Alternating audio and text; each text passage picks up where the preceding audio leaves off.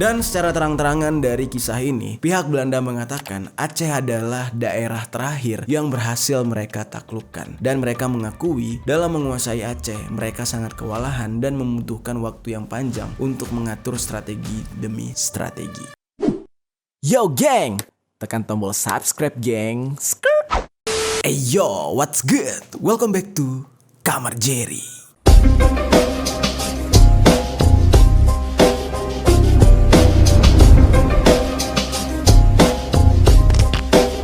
Geng. Oke, geng. Hari ini gue masih recovery, masih penyembuhan ya. Mudah-mudahan hari ini gue kontennya agak lebih fokus dibanding kemarin. Karena kalau kemarin kalian bisa lihat sendiri, gue agak kurang fokus. Rasanya tuh kayak gimana ya? Kayak ngambang gitu ya. Kayak ya nggak bisa fokus dengan apa yang gue ucapkan gitu. Semoga hari ini jauh lebih baik. Oke, karena hari ini kita akan membahas sebuah tema yang menurut gue ini sejarah lagi nih ya. Ini sejarah yang cukup unik dan perlu kalian tahu juga supaya kalian semua tidak bertanya-tanya gitu ya. Keturunan yang satu ini itu terasa sangat asing gitu. Terasa sangat asing, berada paling ujung, dan juga seperti yang pernah kita ketahui ada beberapa tragedi-tragedi yang menimpa tanah keturunan ini yang bisa dibilang sangat menggemparkan Indonesia bahkan dunia. Oke, tanah ini adalah tanah kelahiran gua, asal gua, dan sampai detik ini gue cinta banget dengan tanah ini. Kita akan bercerita tentang Aceh, yang dimana kita akan bercerita tentang zaman kolonial Belanda yang menyebutkan kalau Aceh ini adalah bangsa maut di sisi lain.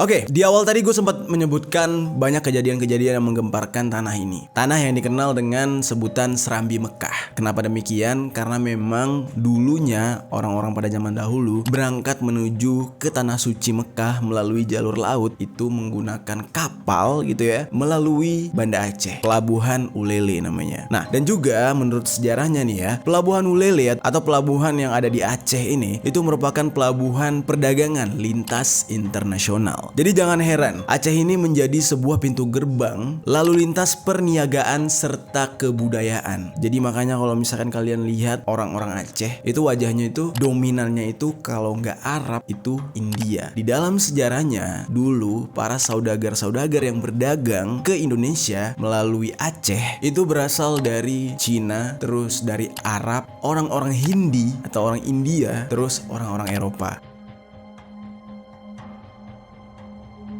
Dalam rumornya makanya disebutkan Aceh itu adalah sebuah singkatan. Katanya gitu ya, ini rumor ya. Maksudnya gue gak bisa memastikan ini karena gue gak bisa menyantumkan sumber yang valid gitu ya, yang menyebutkan kalau Aceh itu adalah singkatan. Tapi sebagai putra daerah Aceh, gue sering banget mendengar hal ini gitu ya. Jadi Aceh itu A-nya adalah Arab, C adalah Cina, E adalah Erop atau Eropa, H adalah Hindi atau India. Nah makanya disingkat dengan Aceh. Memang agak terdengar sedikit unik dan apa ya, masa sih seperti itu gitu kan, pasti kalian akan ya bertanya-tanya lah gitu ya. Namun kalau misalkan kalian datang ke Aceh, itu benar-benar manusia-manusianya itu wajahnya ya seperti gue katakan tadi. Kalau nggak Arab ya orang India, orang-orang Bangladesh gitu-gitu tuh, item-item orangnya, hidung mancung, alis tebel kayak gitu-gitulah. Dan di Aceh ini juga muncul kerajaan Islam pertama yang bernama Samudra Pasai. Dan kerajaan Islam ini pertama kali masuk gitu ya di daerah Perlak dan di daerah Pasai. Makanya namanya Samudra Pasai. Nah, kerajaan tersebut dibangun oleh Sultan Ali Mugayat Shah dengan sebuah ibu kota yang terletak di Bandar Aceh Darussalam yang sekarang disebut dengan Banda Aceh. Lalu lambat laun wilayah kerajaan ini semakin membesar, semakin meluas, meliputi daerah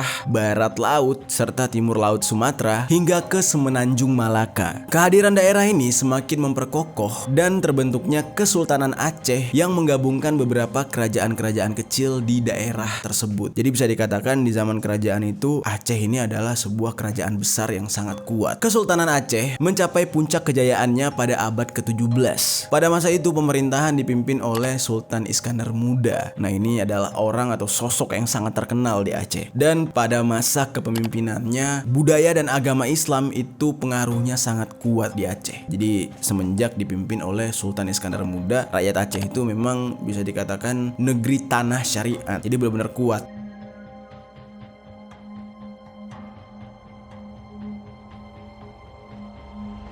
Ya kalau misalkan kita mau lihat itu kayak shade-nya sekarang. Jadi warganya benar-benar patuh dikarenakan pemerintahannya memang pemerintahan yang memegang erat pedoman keislaman di saat itu. Namun ternyata nih geng ya, Kesultanan Aceh ini menjadi incaran bangsa barat, ditandai dengan datangnya Belanda di era zaman penjajahan. Kalau misalkan dari ceritanya, kita kan dijajah 350 tahun lamanya. Ya kan, Indonesia dijajah 350 tahun lamanya. Berarti kalau dihitung mundur dari 1945, itu artinya Belanda pertama kali masuk ke Nusantara ini adalah pada tahun 1595. Hal ini ditandai dengan pertama kali datangnya salah satu pasukan Belanda yang bernama Cornelis de Houtman yang pertama kali mendarat di tanah Banten. Dan disebut-sebut memang dia ini adalah orang pertama geng, atau orang Belanda pertama yang menginjakan kaki di Nusantara, di tanah Indonesia.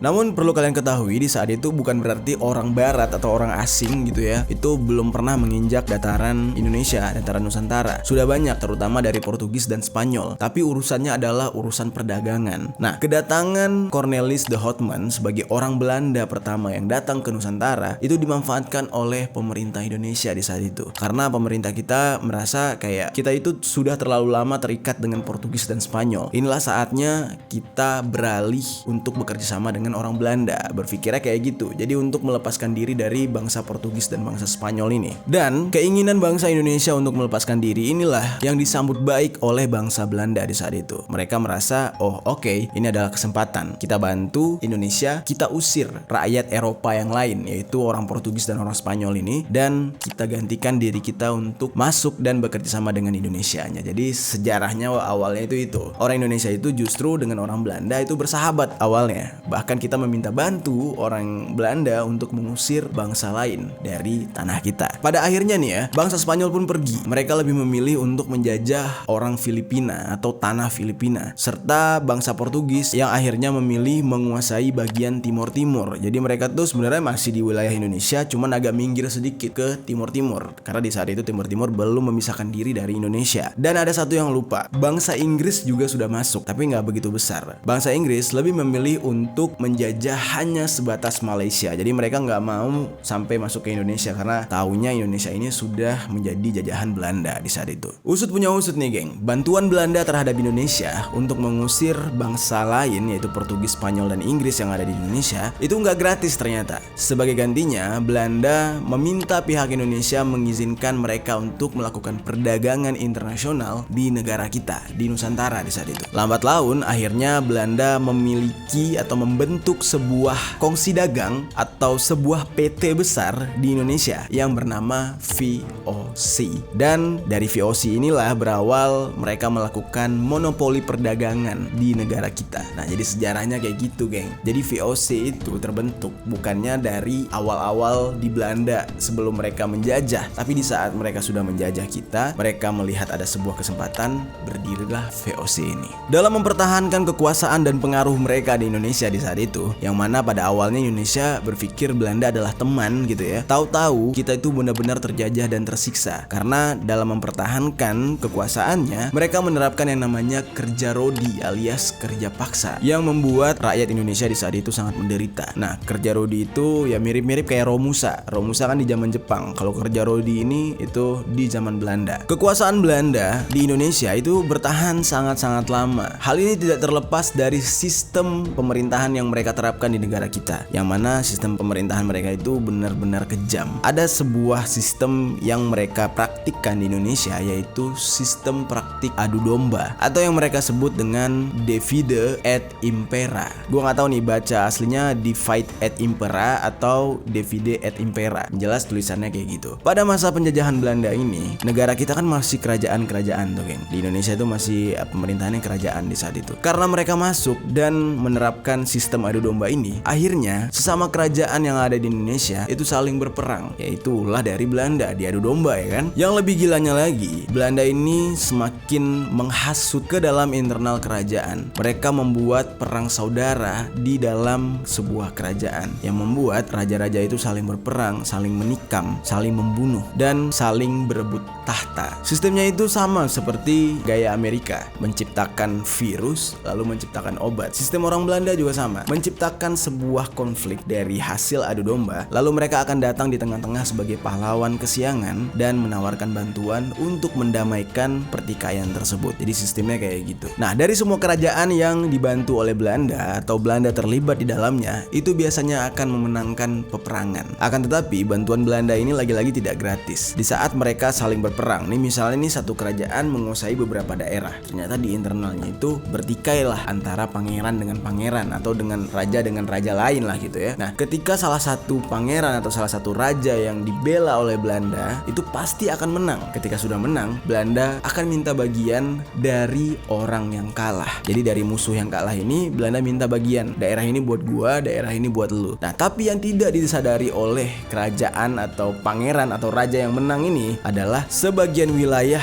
yang tadinya itu milik musuhnya dia, ya kan? Dia berikan kepada Belanda. Ya dia mungkin beranggapan, oh ini daerah musuh gua yang gua berikan kepada Belanda. Tapi dia lupa bahwasanya Belanda bukan bagian dari Indonesia. Jadi sama aja, wilayah tersebut mereka ambil dari saudara mereka sendiri yang mereka anggap musuh, lalu mereka berikan kepada pihak asing yang sebenarnya tidak mempunyai hak apapun atas wilayah tersebut. Dalam praktik adu domba ini, justru pihak Belanda mendapatkan 2 kali keuntungan atau double door prize lah gitu ya. Jadi di saat dia menaklukkan pihak lawan dengan membela satu raja, maka dia akan dibagikan yang namanya wilayah. Nah, terus keuntungan kedua adalah si raja yang dia bantu itu akan tunduk pada mereka. Karena si raja ini tahu dengan bantuan tangan ajaib dari Belanda, semua hal bisa terjadi. Kemenangan bisa digapai. Akhirnya mereka menjadi kaki tangan Belanda atau menjadi budak pihak Belanda. Nah, dengan cara inilah akhirnya Belanda ini dapat membuat pengaruh mereka atau kekuasaan mereka di Nusantara itu jauh lebih panjang karena mereka mempraktikkan sistem adu domba yang dimana pasti ada satu pihak yang mereka bela. Dalam kejadian ini banyak sekali provinsi-provinsi yang akhirnya dikuasai oleh Belanda. Ada campur tangan Belanda, walaupun mungkin provinsi tersebut dipimpin oleh raja pribumi. Namun tetap saja nih geng, raja pribumi tersebut bersekongkol atau ada kerjasama dengan pihak Belanda. Yang artinya apapun yang Belanda mau,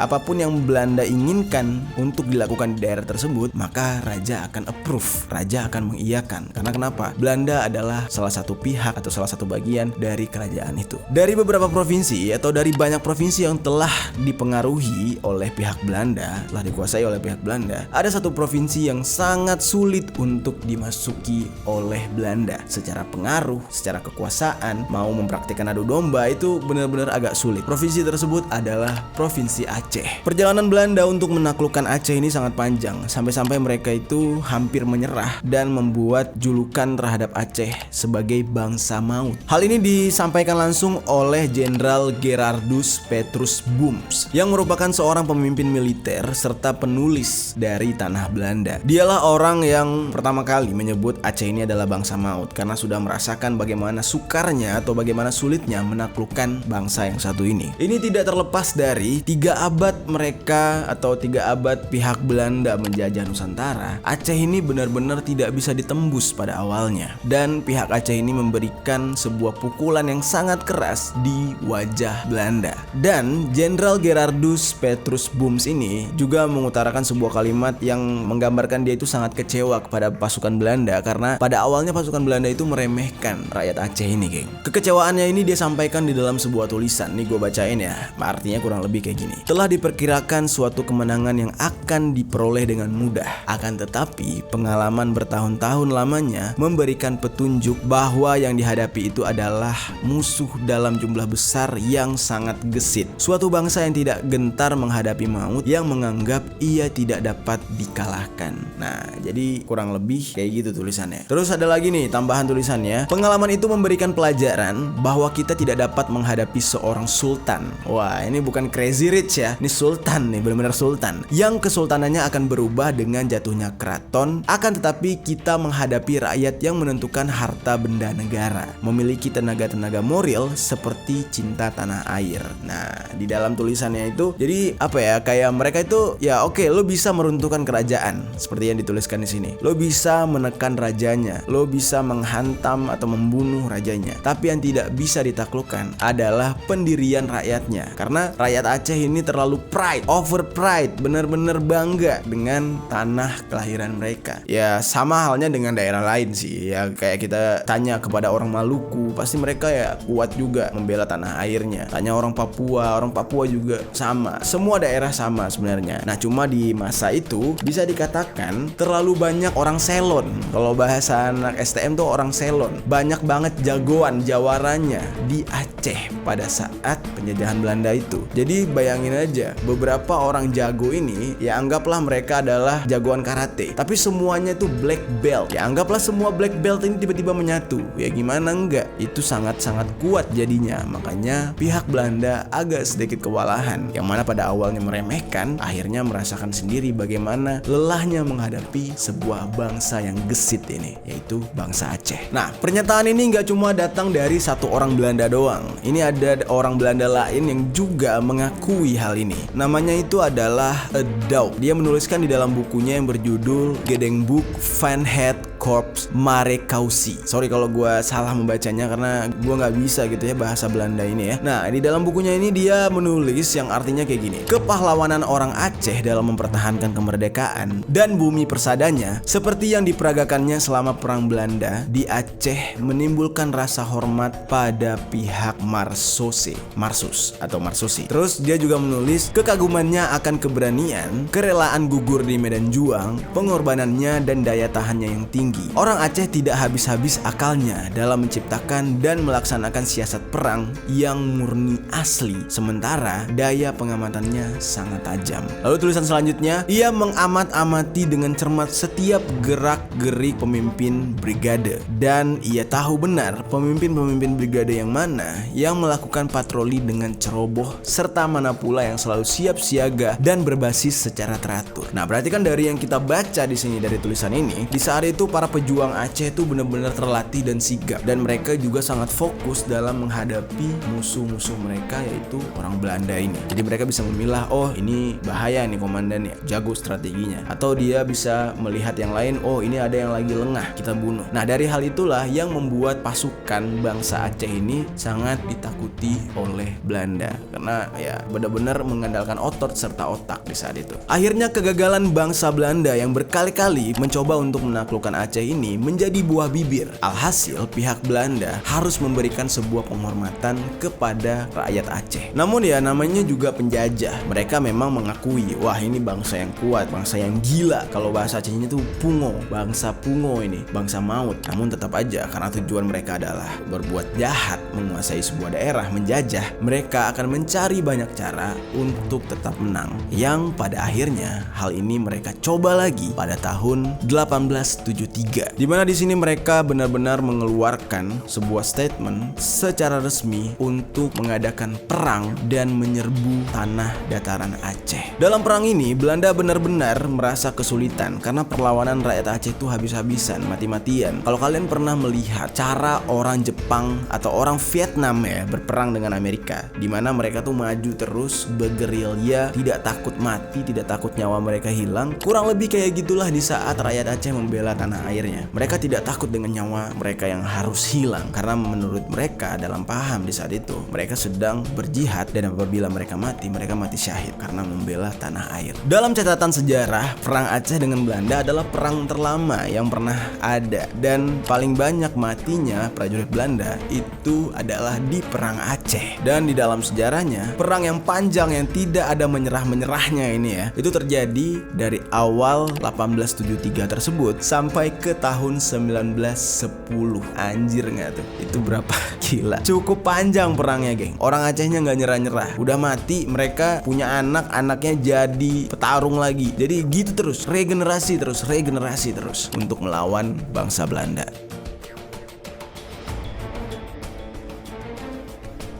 Oke, sekarang kita bercerita sedikit tentang bagaimana kronologi perang Aceh dan Belanda ini, geng. Yang pertama, perang Aceh Belanda tahun 1873 sampai 1874.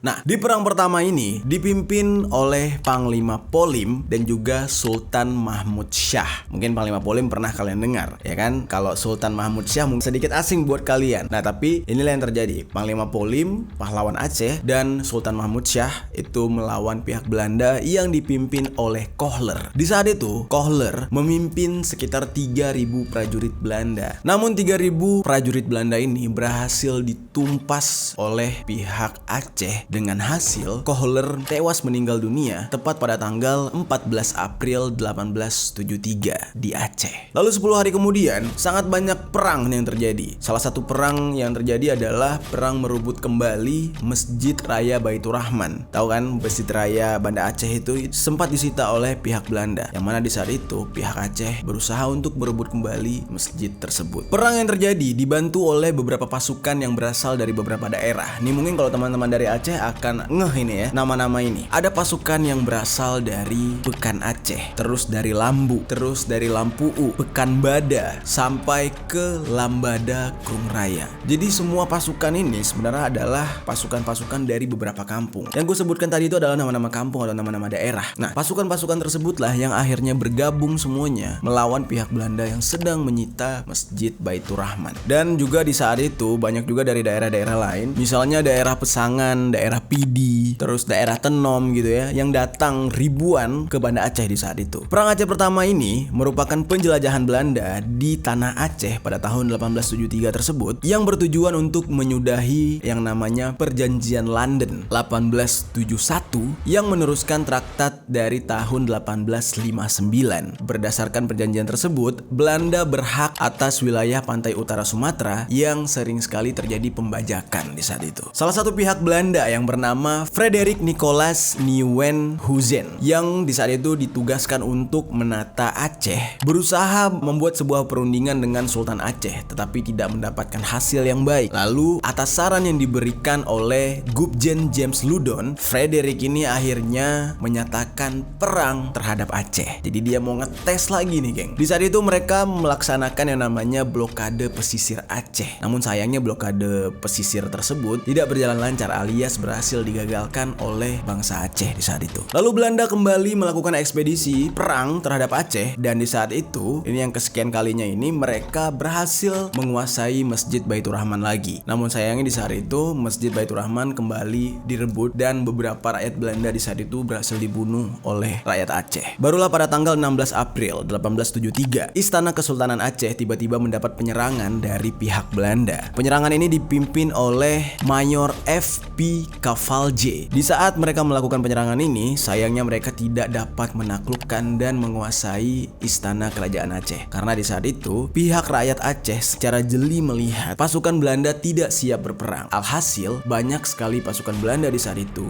disembelih dan mati sia-sia. Akhirnya nih geng ya, pihak Belanda kewalahan dan menarik diri dari pesisir Aceh dan sebagian besar dari mereka memilih untuk kembali ke tanah Jawa di saat itu. Nah, itu merupakan perang Aceh dengan Belanda di tahun pertama atau pertama kali perangnya. Oke, kita beranjak ke perang kedua. Perang kedua ini tidak begitu jauh dari perang pertama, berselang 1 tahun doang. Namun perang kali ini agak sedikit lebih lama dan lebih panjang, yang dimana mungkin pihak Belanda sudah melakukan persiapan yang lebih matang. Perang ini terjadi pada tahun 1874 sampai dengan 1880.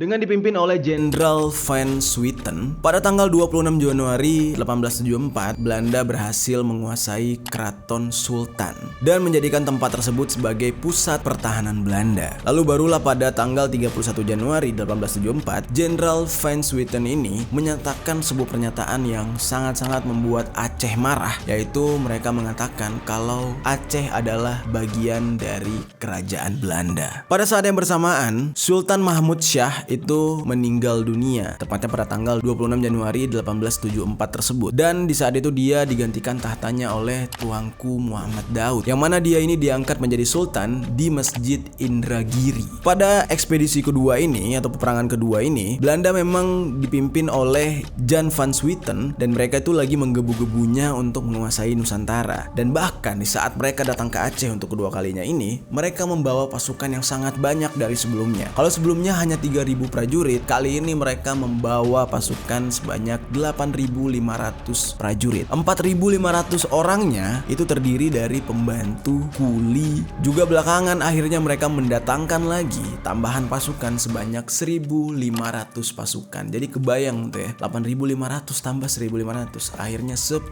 pasukan mereka datangkan ke tanah Aceh untuk menaklukkan Aceh. Namun entah bagaimana ceritanya nih ya, ini mungkin pertolongan alam, pertolongan Allah Subhanahu wa taala juga ya. Belum sempat melakukan perang yang besar-besaran, tiba-tiba saja pasukan atau prajurit kolonial Belanda tersebut mengalami penyakit kolera. Namun tidak terlepas juga dengan masyarakat Aceh. Sebagian besar masyarakat Aceh di saat itu mengalami penyakit yang sama, yaitu penyakit kolera. Dan alhasil sebanyak 1.400 prajurit kolonial Belanda itu tewas sia-sia karena terkena penyakit. Jadi bukan karena perang, karena terkena penyakit di saat itu. Akhirnya perang Aceh kedua berakhir dikarenakan banyak yang terkena penyakit. Oke, kita beranjak ke perang Aceh melawan Belanda yang ketiga. Terjadi pada tahun 1881 sampai dengan 1896.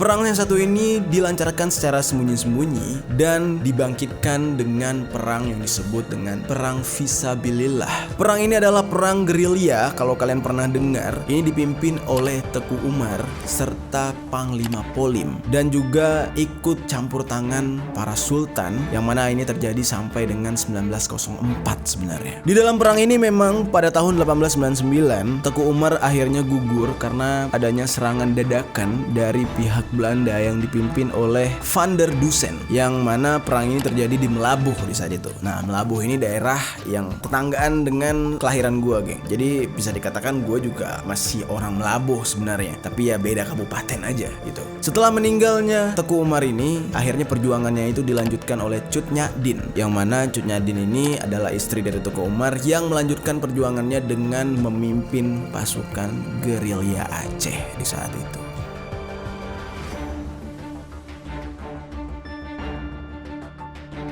Oke, barulah kita ke perang terakhir alias perang keempat antara Aceh dan Belanda yang terjadi pada tahun 1896 sampai 1910.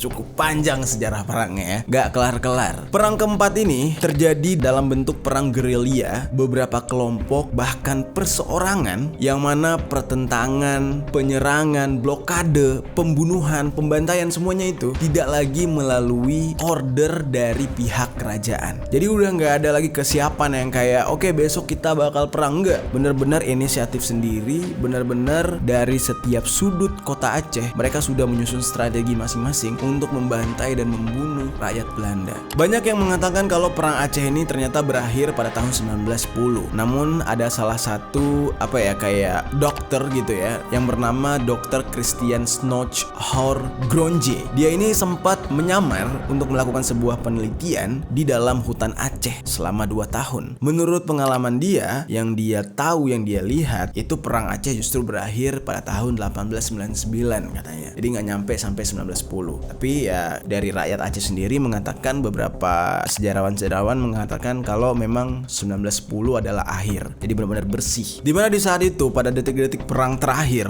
pihak Belanda melawan Aceh, pihak Belanda ini mengirim seorang jenderal yang bernama Van Heut untuk melakukan serangan umum di wilayah Aceh Besar, Pidi, dan juga Samalanga. Penyerangan tersebut dikenal dengan penyerangan Sapurata oleh pasukan Markusi. atau Arsose yang terdiri dari orang-orang Indonesia yang sudah dilatih oleh tentara Belanda. Nah, ini perlu diketahui juga, ternyata lamanya pengaruh Belanda di Indonesia itu menyebabkan banyak juga pengkhianat di Nusantara di saat itu, yang mana mereka akhirnya berpihak kepada kolonial Belanda untuk membunuh saudara sendiri sesama rakyat Indonesia. Semangat juang rakyat Aceh menjadi luntur dikarenakan adanya pasukan Markausi tersebut, dan karena mereka melihat wajah-wajah yang menyerang mereka adalah wajah-wajah yang sama dengan mereka sendiri, alias gila, pribumi lawan pribumi gitu. Disitulah mereka tuh hilang semangatnya, luntur semangatnya, dan akhirnya banyak pejuang Aceh yang gugur dan akhirnya menarik diri mundur, masuk kembali ke pedalaman untuk berlindung. Namun di saat itu pihak Belanda tetap mengejar rakyat Aceh hingga ke pedalaman hutan, hingga ke pedalaman desa, dengan mengutus satu jenderal lagi yang bernama Jenderal